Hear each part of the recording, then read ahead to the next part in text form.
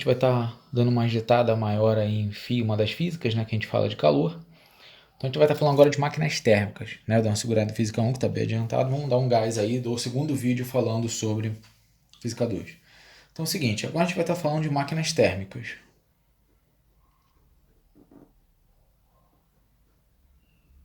Beleza? Então quando eu falo de uma máquina térmica, eu estou falando o seguinte, ó. Eu tenho uma máquina, que eu vou colocar aqui em azul. Beleza? Então essa aqui é a minha máquina térmica. Só que essa máquina térmica, ela realiza trabalho,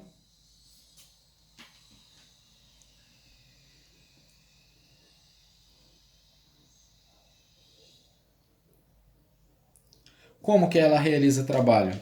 Ela recebe determinada quantidade de calor de uma fonte, né? Eu vou chamar essa fonte de fonte quente.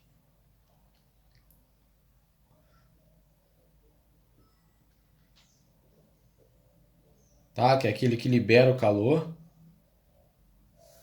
E ele acaba despejando parte dessa energia, o que ele não aproveita, que não vira trabalho, ele passa isso para uma outra fonte, que eu vou estar chamando essa outra fonte de fonte fria. Tá bom? Então eu tenho uma fonte quente, da onde ele tira calor. Parte dessa energia que ele recebeu, ele acaba descartando, não é utilizada, não é aproveitada, e a outra parte vira trabalho.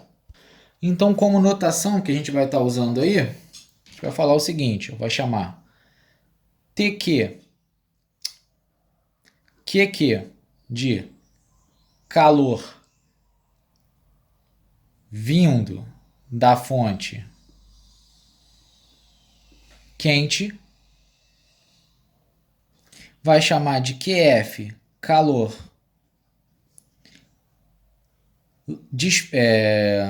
lançado, né? Lançado na fonte fria, ou seja, o calor perdido. Vou chamar de TQ, temperatura da fonte quente. A gente vai usar isso aí até o final da aula. TF de temperatura da fonte fria, certo? E eu vou chamar o meu W de trabalho, ou seja, aquela energia que efetivamente é aproveitada, não é perdida na forma de calor. De forma geral, o que eu tenho? De forma geral, eu tenho aqui quantidade de energia recebida, aquela que vem da fonte quente, parte dela realiza trabalho e a outra parte é descartada para a fonte fria, não é aproveitada, é perdida. Isso aqui é ruim para a gente, nosso objetivo é gerar trabalho, então isso aqui é o que perde. Quando eu estou vendo o motor do meu carro, ele queimou gasolina para poder fazer o carro se mover, eu quero que o carro se mova, eu quero trabalho, mas o motor fica quente, então ele está perdendo calor para uma fonte fria, que é o meu ar, por exemplo. Então, quando a gente trata de rendimento, né, o rendimento aí te chama de NI, que é um valor percentual, esse rendimento ele vai ser justamente, vou colocar em porcentagem, vai ser justamente o trabalho, ou seja, o valor que efetivamente vira trabalho dividido pelo total. Então, se eu recebo 300 joules, né, na forma de calor, e eu só aproveito 150, então como é que vai ser o rendimento? Isso aqui é vezes 100, né? Vai ser 150 sobre 300, beleza? Só que a gente viu aqui em cima, que a gente pode passar para o outro lado, né? Falar que QQ menos QF é igual a trabalho. Então, no lugar do trabalho, a gente pode substituir. Então, meu rendimento na forma percentual será QQ menos QF dividido por QQ, tudo isso vezes 100, certo? Só que aqui a gente pode dividir fração, então o meu rendimento ele será 1, né, porque a divisão, um número por ele mesmo é 1, menos QF sobre QQ, tudo isso multiplicado por 100. Então aí eu já tenho mais uma expressão que é possível você obter rendimento relacionado a isso aí. Beleza? Agora a gente vai falar do processo inverso. Máquina térmica, ela recebe calor e produz trabalho e dispensa um pouco de energia. Agora a gente vai falar dos refrigeradores, né? Que o processo aí é inverso. Se eu for olhar dos refrigeradores, né, das máquinas frigoríficas, como eu tenho aí. Então, nas máquinas frigoríficas, nos refrigeradores,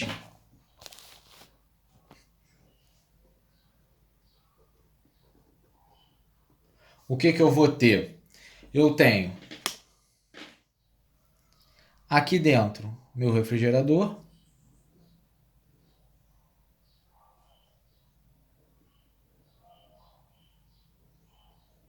Então, esse é meu refrigerador. Só que esse refrigerador, o que vai acontecer? Ele vai liberar calor para uma fonte quente.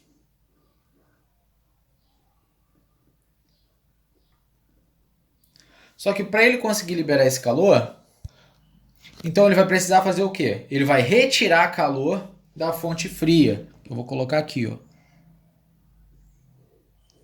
Fonte fria. Então ele vai retirar calor dessa fonte fria e vai despejar calor na fonte quente. Só que para isso acontecer, ele vai precisar realizar um trabalho, vai precisar receber um trabalho, né? Então você precisa fornecer um trabalho para que esse processo aconteça. Então esse aqui precisa de uma energia externa, o outro não, né? E a energia produzida, parte dela produz trabalho e a outra é despejada na fonte fria. Agora ao contrário, retira calor da fonte fria como? Pela utilização de um trabalho.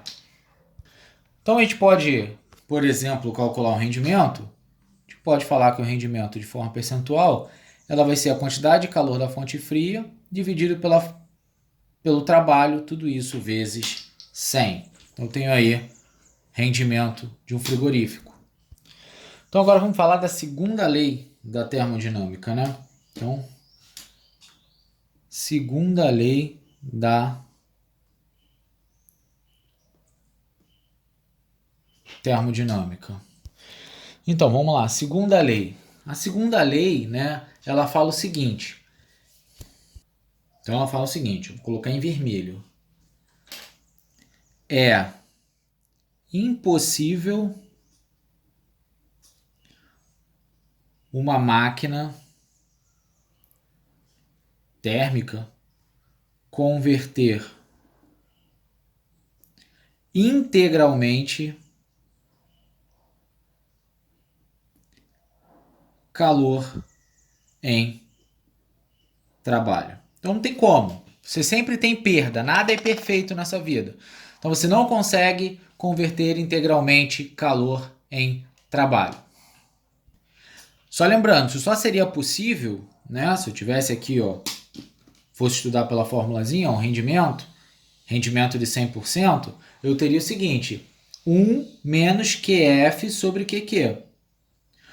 Para isso aqui dar 100%, ou seja, dar igual a 1, esse cara teria que ser zero.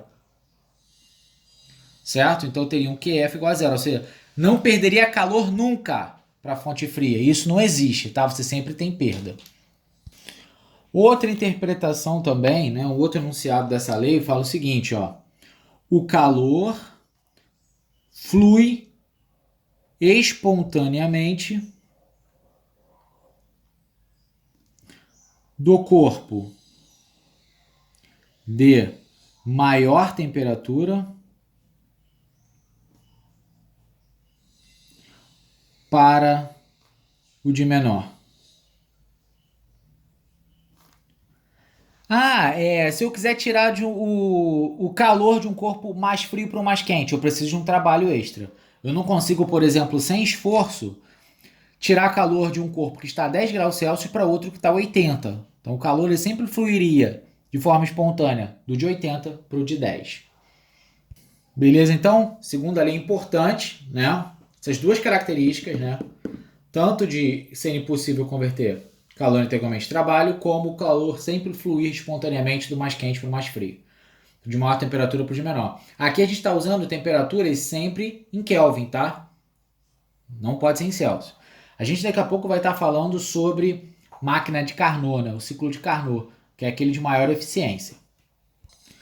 Mas eu vou estar deixando isso aí para uma próxima aula. Valeu? Então a gente terminou aí o capítulo 16 e 17, né? 16 em uma aula e 17 na outra. Semana que vem a gente vai estar falando 18, voltando em Física 1. Aquele abraço, pessoal.